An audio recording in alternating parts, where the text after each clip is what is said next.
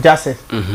Alors mu mel ni Pape Gueye mu def un doublé ci équipe nationale bu Sénégal. bii mooy premier doublé bu Pape Gueye ci équipe nationale mu fekk ci nag si génération bi Lamine Camara defaroon na ko en 2024 ou 2023 en Côte d'Ivoire Jackson def na ko si CAN bi mooy si génération bi ñett ñooñu ñëw doublé si équipe nationale Pape Gueye def ko tey permettre ñu mener 2-1 ci 8e de finale face au Soudan. Alors doyen 2-1 à la pause noo jàngatee première période bi score bi nga doon xaar am déet.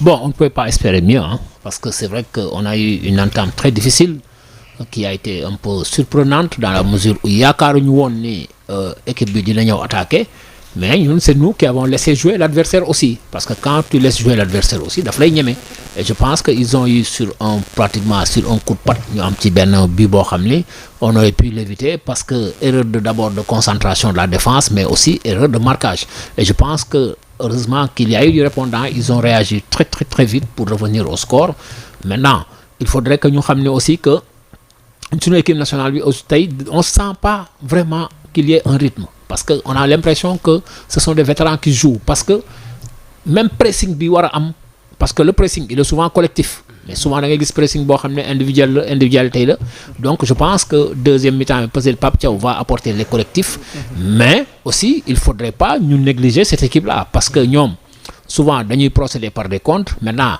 on mène par 2-0 c'est sûr qu'ils vont sortir pour jouer leur va-tout parce que xam nañ ne Sénégal ñoom ñeme nañu Sénégal léegi parce que ku njëkk dugal da ngay ñeme adversaire bi maintenant c'est à nous de pouvoir faire le break et je pense qu'on a eu des occasions qu'on aurait pu mettre là-dedans surtout cette occasion de comment dirais-je de Jackson qui a été enrayé par le gardien mais je pense qu'on ne pouvait pas espérer mieux parce que ça aurait été plus difficile et plus stressant ñu dem par exemple ñoom ñu mën a ñu à la mi-temps ñu rentrer des vestiaires sur ce score de 1-0. Est-ce que aussi le Sénégal n'a pas été surpris par la position du Soudan?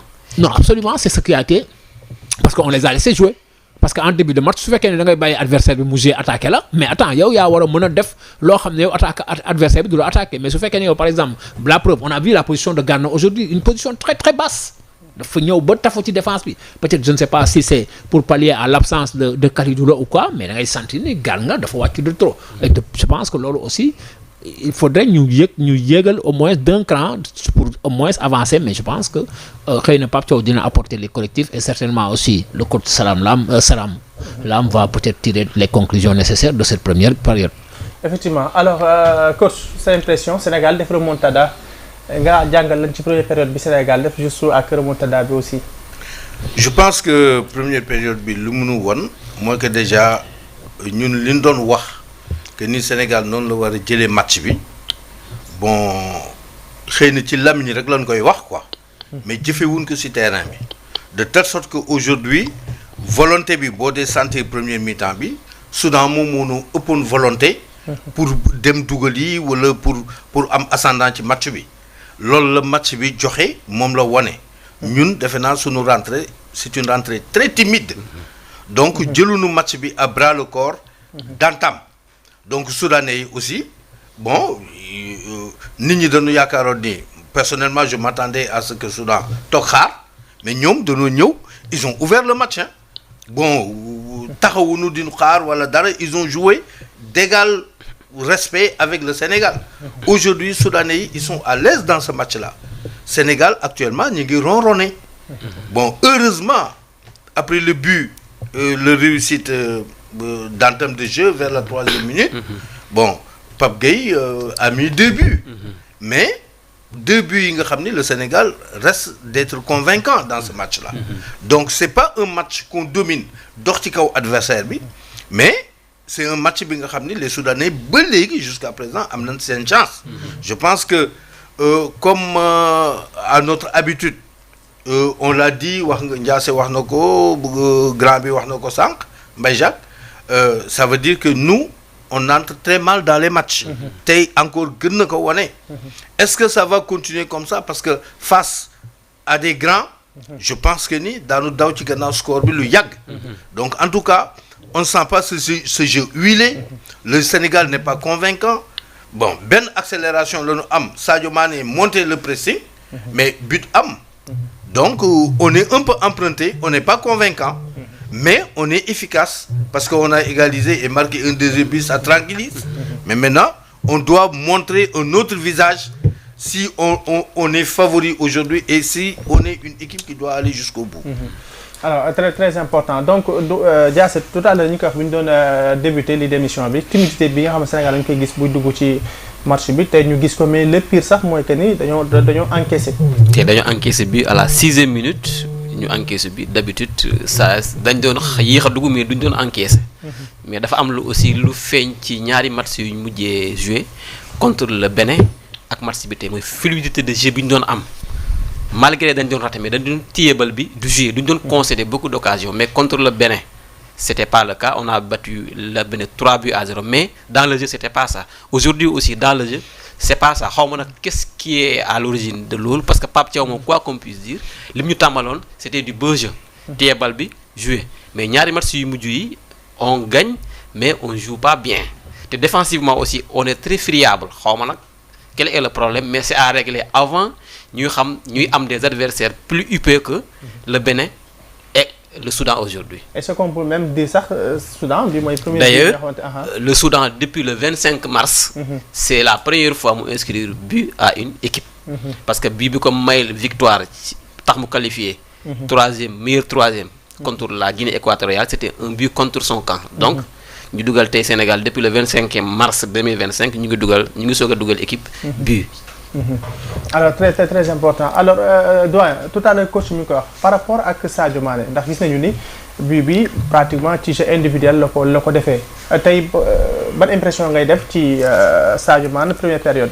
Bon, il est toujours présent et la preuve le deuxième but c'est lui qui est allé faire l'égalisation entre pour eux, c'est lui qui est allé faire la pression sur le joueur. Exercer pression nangu bal bi au niveau de l'entrejeu dans le deuxième tiers la nangoo bal bi def accélération après yëkkati bopp bi xool Pape Gueye ñëw mu def face à retrait donc je pense que Sadio a été déterminant pour l'équipe et je pense que soo xoolee tey par exemple Sadio ni muy jouer par rapport ak à chaque fois que bu téyee bal sax au moins moom di nga sentir am na intensité am na vivacité mais les autres ils jouent comme par exemple comme des vétérans et je pense que li ñuy xaar kii par exemple Ismaïla c'est bien vrai qu'il n'a pas marqué mais au moins tey on sent que il en veut en toute honnêteté il en veut mais je pense que Sadio chapeau à lui parce que il montre la voie et il montre que c'est le leader en tout cas de cette équipe nationale là si Sadio marche tout va bien si Sadio ne marche pas on touche du bois rien ne va donc c'est une très bonne chose dañ koy ñaanal yàlla mu continuer sur cette dynamique là mais je pense que aussi l'entraîneur aussi doit apporter des correctifs parce que tey ñun on a besoin des ouvre-boîtes par exemple tey ku mel ni Ilham Ndiaye on a besoin de lui dans ce match-là ku mel ni par exemple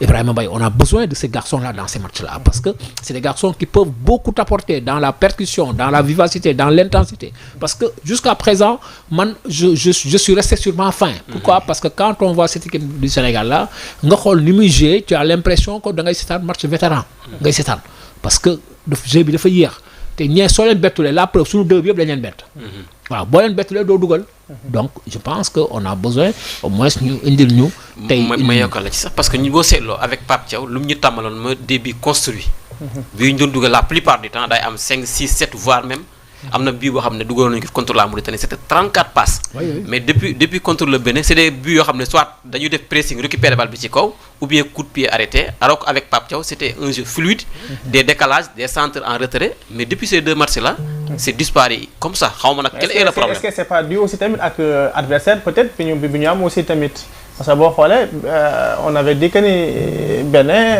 voilà c'était dañ doon xaar en plus tactique la il y avait un coach boo xamante ne ni ñëpp xamoon nañu ni voilà bu am expérience la. mais on a joué l'Angleterre match bu mag lañ def. début construit on a joué le Brésil on nous a joué le Brésil à 0 mais on a joué il y a eu des répondants il y a eu de bonnes réactions il y a eu de la vivacité et puis aujourd'hui les joueurs dañu am benn avantage. Ils jouent sous un climat boo xam ni vraiment très doux. chance la pour ñoom donc moi je pense que bon xëy na peut-être man je ne sais pas soit dañuy xaar peut-être quart de finale yi pour monter en puissance ou pas mais man jusqu'à présent je reste sur ma faim par rapport en tout cas à la valeur même de l'équipe sénégalaise ak ce qu'elle est en train de nous produire moi je suis resté sur ma faim. wala boog sax xëy na boog ñu jàpp rek Sadio waxoon ne dañuy nëbbu le jeu en attendant alors coach donc. waaw nañ nëbbu jeu ba final ñu jël coupe bi ñibbi seeg moom. mi ngi noonu am na solo alors coach par rapport ak première période Ismaïla Sarr ak Sadio Mané ban impression nga ci def. Mais écoutez, je pense que Sadio quand même reste un peu timoré. Mais jour bu mag la comme li ñu daan wax c'est le leader technique aujourd'hui, le leader offensif. Il donne le ton, en tout cas dans l'équipe et en attaque. Donc bi mu élever rythme bi am na dara. ñi ngi sentir également Ismaïla Sarr mi ngi def ay efforts moins que plus que les 2 matchs passés. Donc sentir nañu ni quand même am na implication. Mais lii gaa ñi wax dafa am solo parce que amul coordination dans les actions.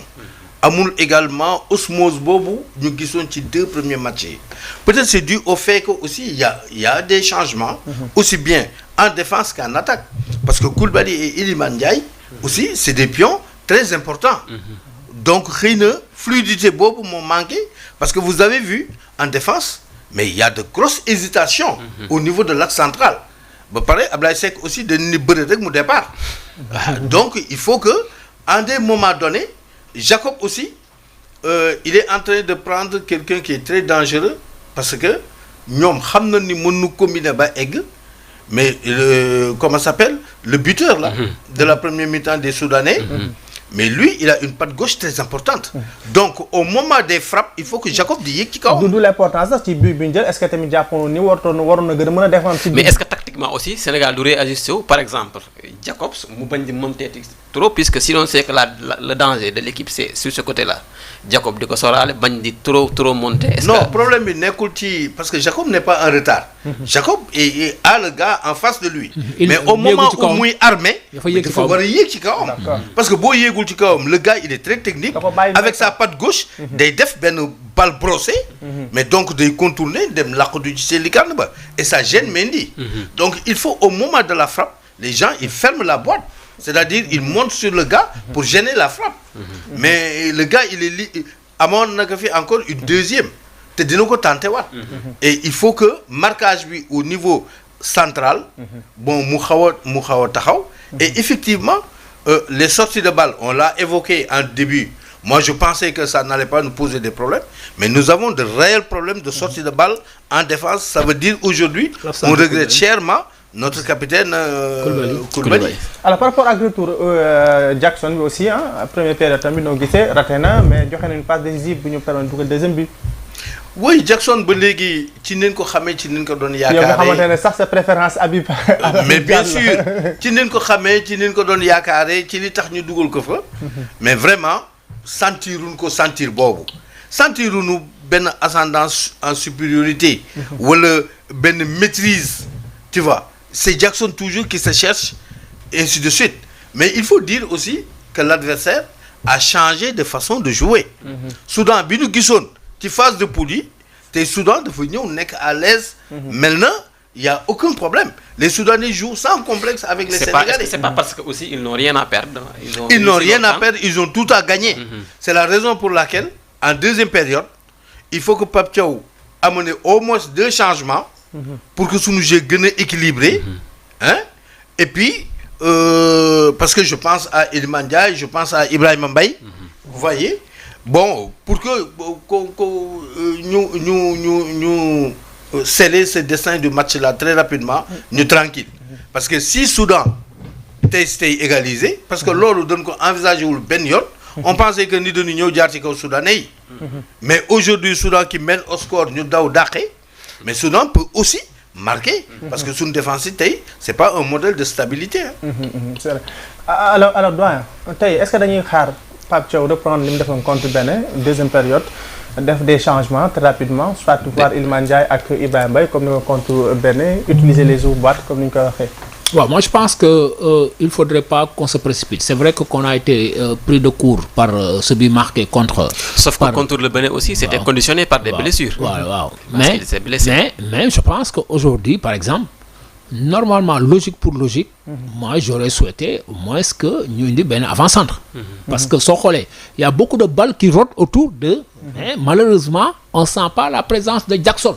Peut-être que la seule occasion qu'il a eu à qui devait mettre moom la manqué ci 6 mètres yi loolu c'est impardonnable dans de grandes compétitions c'est impardonnable et je pense que yooyu mun na la porter préjudice. Je pense que man en tout cas su ma doon entraîneur bi xëy na dinaa dawal ay 10-15 minutes xool si tout ne va pas nga doog a aussi kii mais je pense que aujourd'hui peut-être que Ismaïla il est en train de fournir beaucoup d'efforts parce que mi ngi kii Sadio aujourd'hui il est kii mais booy indi soit nga indi kenn après yóbbu Sadio mu gelé ko attaquant de pointe.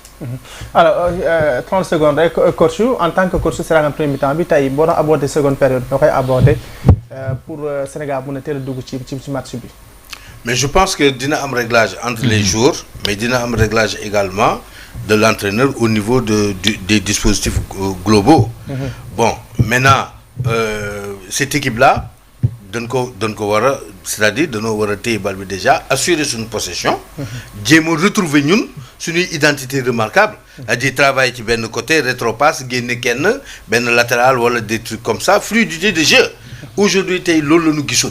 On n'a pas eu d'occasion sérieuse à part que par exemple mën nañu wax ni bon sur des contres. Tu vois. Mais j'espère que ni les gens ils vont rectifier le tir. On a l'impression de revoir l'équipe d'Aliou Cissé. C'est ça. Aliou Cissé bi lañ am ci ñaari match yu mujj c'est ça. Très rapidement en tout cas lu ci mënti xew nañ ko xam léegi-léegi ci 45 dernières minutes yi des ci match